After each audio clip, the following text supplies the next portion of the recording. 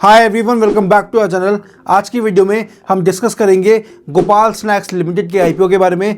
Company exactly क्या करती है, आईपीओ की डिटेल्स है एंड आपको उसके अंदर इन्वेस्ट करना चाहिए या नहीं। आईपीओ ओपन होगा 6 मार्च को, क्लोज होगा 11 मार्च को। शेयर्स की अलॉटमेंट फाइनलाइज होगी 12 मार्च को एंड शेयर बीएसई और एनएसई पे लिस्ट होगा 14 मार्च को। क्योंकि आईपीओ बुक बिल्ड इशू है तो उसका प्राइस बैंड है 381 rupees to 401 rupees per share. एक लॉट के अंदर 37 शेयर्स है एंड आपकी मिनिमम इन्वेस्टमेंट अमाउंट रहेगी 14,837 रुपीज। ये तो गई आईपीओ की डिटेल्स। अब डिस्कस करते हैं कंपनी एग्जैक्टली क्या करती है।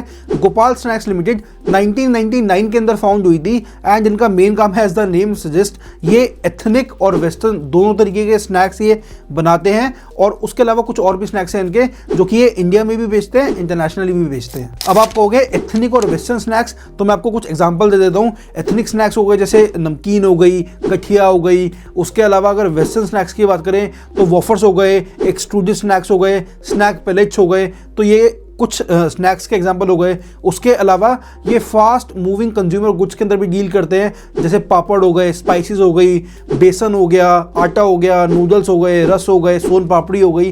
तो इन सारी चीज़ों के अंदर ये मेनली डील करते हैं। नाउ एज ऑफ नवंबर 2023 इनके 84 प्रोडक्ट्स हैं जिनके आगे 276 SKUs है जो कि डिफरेंट कैटेगरीज, अलग अलग टेस्ट के लिए, अलग अलग प्रेफरेंसेस के हिसाब से बने हुए हैं। नाउ मैं कुछ आपको डेटा बताता हूं कंपनी के बारे में। ये सारा डेटा लास्ट सितंबर एज इन 30 सितंबर 2023 तक का है।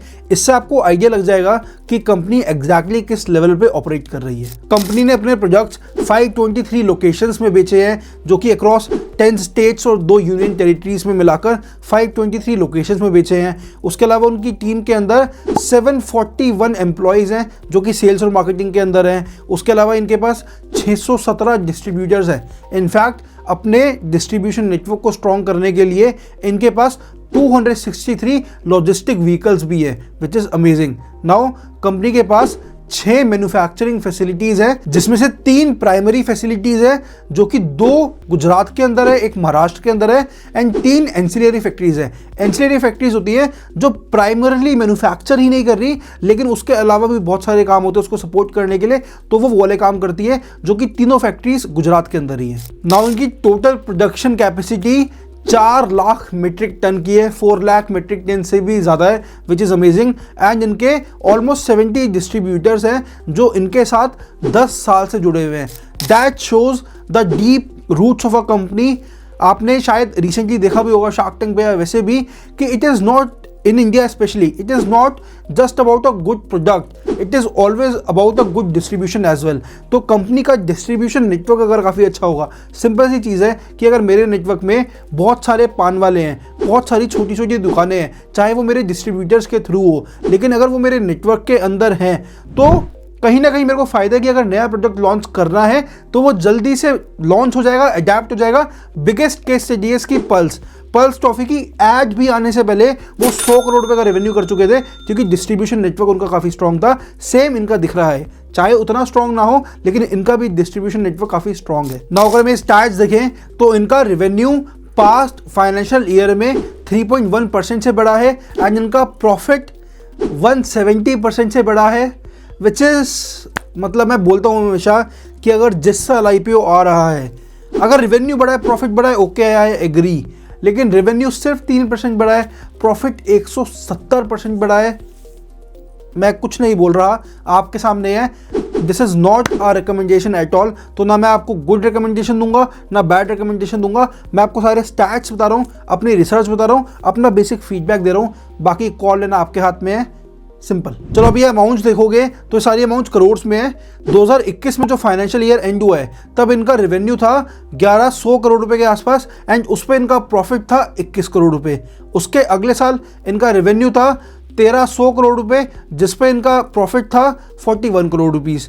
लेकिन लास्ट फाइनेंशियल ईयर में इनका रेवेन्यू ऑलमोस्ट उतना ही था, 1400 करोड़ रुपए के आसपास, लेकिन इनका प्रॉफिट 112 करोड़ रुपए, which is I do not know कि एकदम से इतना प्रॉफिट, इतना मार्जिन कैसे आया कि पहले नहीं था लेकिन अब आ गया। इनफैक्ट अगर हम 1 अप्रैल 2023 से 30 सितंबर 2023 का भी देखें तो इनका रेवेन्यू 677 करोड़ रुपीज़ हुआ है एंड प्रॉफिट 55 करोड़ रुपीज़ हुआ है, जो कि ऑन द सेम लाइन्स है एज ऑफ 2023 फाइनेंशियल ईयर। तो मे बी पहले कोविड वगैरह था, एक्सपेंसेस ज़्यादा हो रहे थे, मे बी उसके चक्कर में इनका मार्जिन्स ज़्यादा ना हो, तो we can give them okay कि चलो मे बी इसलिए हो, पूरा इसलिए ना हो कि ओके आईपीओ आ रहा है इसलिए प्रॉफिट बढ़ा दो, लेकिन थोड़ा बहुत कंपनीज करती हैं कि ओके आईपीओ आ रहा है प्रॉफिट बढ़ता हुआ दिखा दो, ताकि इन्वेस्टर्स के लिए वो ज़्यादा लुक्रेटिव हो। बट मुझे नहीं लगता कि इससे आपको एक नेगेटिव इमेज बनानी चाहिए किसी भी कंपनी की।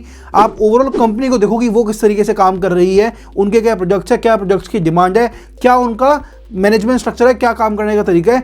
अभी तक ओवरऑल काफ़ी अच्छा लग रहा है मुझे, एंड मैं तो यही कहूँगा कि आप इसके अंदर इन्वेस्ट कर सकते हो। But again this is not an IPO recommendation, जाके अपनी रिसर्च करो। This video I guess helps you in your research at least 30 to 40% की ओके आइडिया लग गया आपको किसका आईपीओ आ रहा है, कब आ रहा है, डिटेल्स क्या है, कंपनी बेसिकली क्या कर रही है। आपको अगर इसके अंदर इन्वेस्ट करना है, not just for the listing age, मैं कहता हूँ रिसर्च कर ही रहे हो, जब ये वीडियो भी देख ही रहे हो तो इतनी रिसर्च कर लो कि बाद में भी अगर आपको उसमें लॉन्ग टर्म इन्वेस्टमेंट्स करनी है तो आप एक बार रिसर्च करके डन करो ना कंपनी के बारे में, तो 30-40% आपकी हो गई। और वीडियोस देखो और आर्टिकल्स पढ़ो, कंपनी की ओवरऑल डिमांड देखो, अगर लगता है तो I guess you can invest in this, but research करके ही करना।